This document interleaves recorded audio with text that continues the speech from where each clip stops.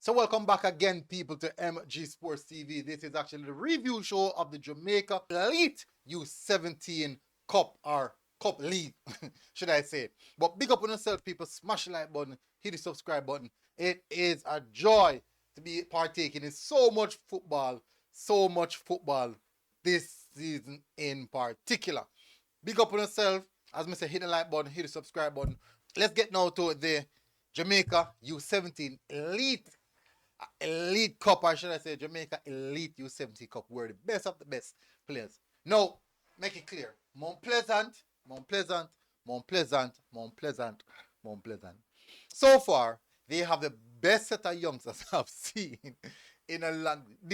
I mean, people, I'm telling you, the talent gap is crazy in regards to Mount Pleasant. Now, talent is a big factor. I'd say talent is a big factor. But it's not just talent alone. Because at the end of the day, what we're seeing is some youngsters who train way more often than everyone else. They train way more often. So think about it. So Mount Pleasant train, you team train probably like say 3 times a day. So, and then now, like Cavalier probably train 1 time for the day. 3 times for the day for 3 weeks. We're going to use that. And Nathan, they kind of highlight this to me now. Then they train 3 times for the day for 3 weeks. That's 3 times 18. No, my 3 times 21. Sorry, my bad. So that's 63 training session. 63 training session. Versus Cavalier train one time for day. So let's say they don't train for 7 days. So let's say they train for like 3 days. Let's say they train for like 4 days of the week or 5 days of the week. 5 times 3, 15 times 3 again, 45. So that's 45 training session. And let's say Cavalier train 1 time. They train 1 time for 5 days a week. That's 15. So you see the gap? So you see the gap? It's a huge gap, people. Huge gap. But let me tell you, man, overall, that's a brilliant finish, boy. Some quality. Look at this player. Building from the back. Some quality football we saw on display by this Mount Pleasant team. Real quality. A big chance here for hey, you can imagine. And immediately after that, well, not exactly immediately, but right after that, Cavalier got the opportunity to go ahead and Mount Pleasant just hit them on the break. Look at this break. Quick transition. That's a pass. And look how when they decide for Jackman and Nolan with a brilliant finish. So we can find a couple more goals. But may I tell us, people, look at that touch. Breakaway again. Gone.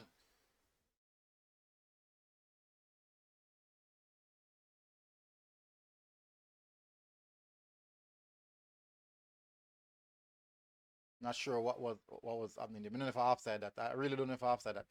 That don't look like offside still. Somebody don't know if I offside that.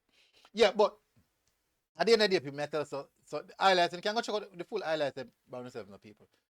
Highlights is on my on the YouTube page. I think this should be the goal. Play now from the back. I think this should be the goal now. This is the level that the Mount Pleasant team is playing at, people. I tell you, it's really good to see. Patient build up.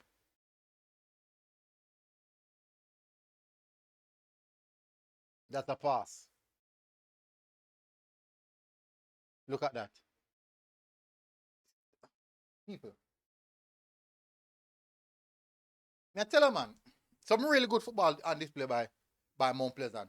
Next up on the agenda, we have Mount Pleasant actually defeated Cavalier 6-0. Yeah, the levels was just totally different. Now, all Cavalier have to do now is go to the training session. I've got to go to the board. The training to the what do you call it? Go to the back to the dressing room and start organize a bit more training to get the team up to the standard. At this present moment, Harbourview and Mount Pleasant look to be the two best teams. Speaking about Harbourview, we saw Harbourview versus Montego Bay, and it was really an exciting encounter. Now, at the start of the game, it was all Harbourview. It was all Harbourview. Dominating possession, dominating so many factors in the game until Montego Bay in the second half kind of draw back into the game. But we start off by seeing, I think, the first Harbourview goal. Cuts back, get back into the game. I don't know how he kick the ball so still. That one look kind of strange. But it was a good matchup. I think it was a good matchup. There's this youngster named Gooden on the Mobile team. I tell us him really, really good. Anglin on the Mobile team. I think he's the main man.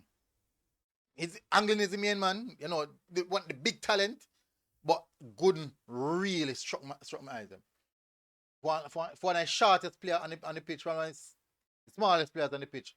His technical ability, his understanding the ball game, his know how to use space. I thought that was really good. And he was actually the one who scored one of the goals. It was really, I tell you, I think this is Anglin.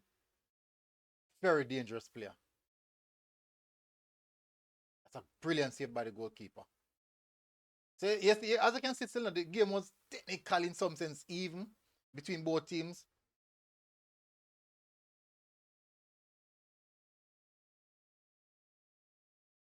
This is how Harbourview get a goal. Heavy touch. Quick transition here from Harbourview. Tyreek Robinson.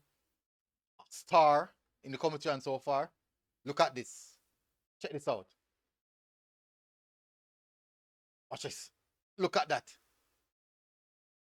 This youngster, I'm telling you, he is a talent. He's a big, big talent. How the third goal scored? I don't remember how the third goal scored.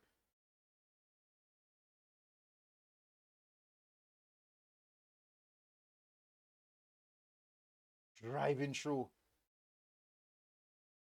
Oh my word, what a powerful drive, man. Man, this is, I think Mobile got the next goal from a free kick by Anglin. They got their second goal from a free kick by Anglin. Well taken free kick as well, now, people. Well taken free kick. Would you look at that? Ooh. And it was a good day of football for where the commission is concerned.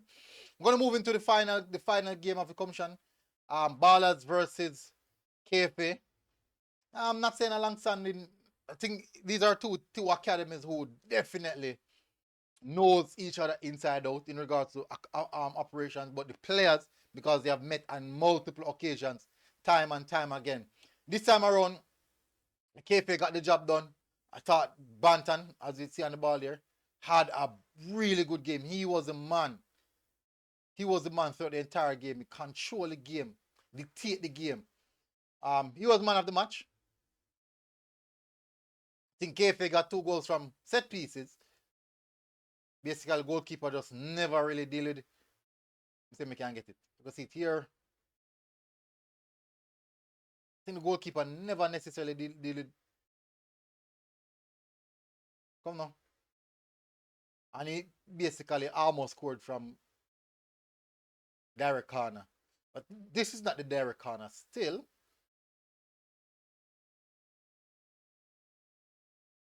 Fall to the man on the back post and tucks it away.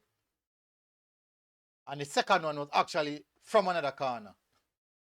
Yeah, the second one was the direct corner. See there? Goalkeeper rushed to the front post and unfortunately got beaten. Now, the free kick from Daniel Thomas. Oof.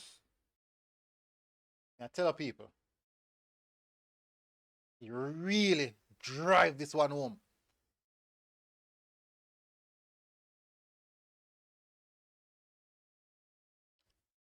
Brilliant bit of free kick here. We saw a lot of talent on display.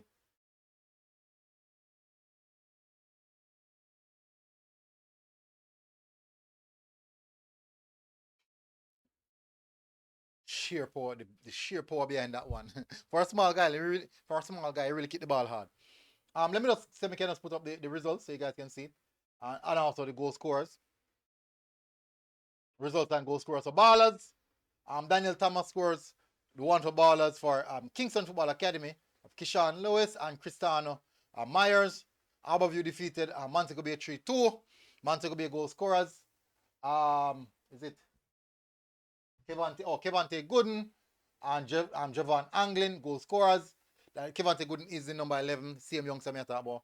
Harbour we have Tyree Robinson, Asani Gutsmore, and Kajay Fletcher. For the Mount Pleasant thrashing, some would say, it is Clever Nugent, Jaime Douglas, is that Adrian Flint, sorry, Christopher Allen, Jamar Nolan, and Chevon Byron. So those are the goal scorers for the Mount Pleasant 6, Cavaliers 0. So overall, it was a good weekend of football.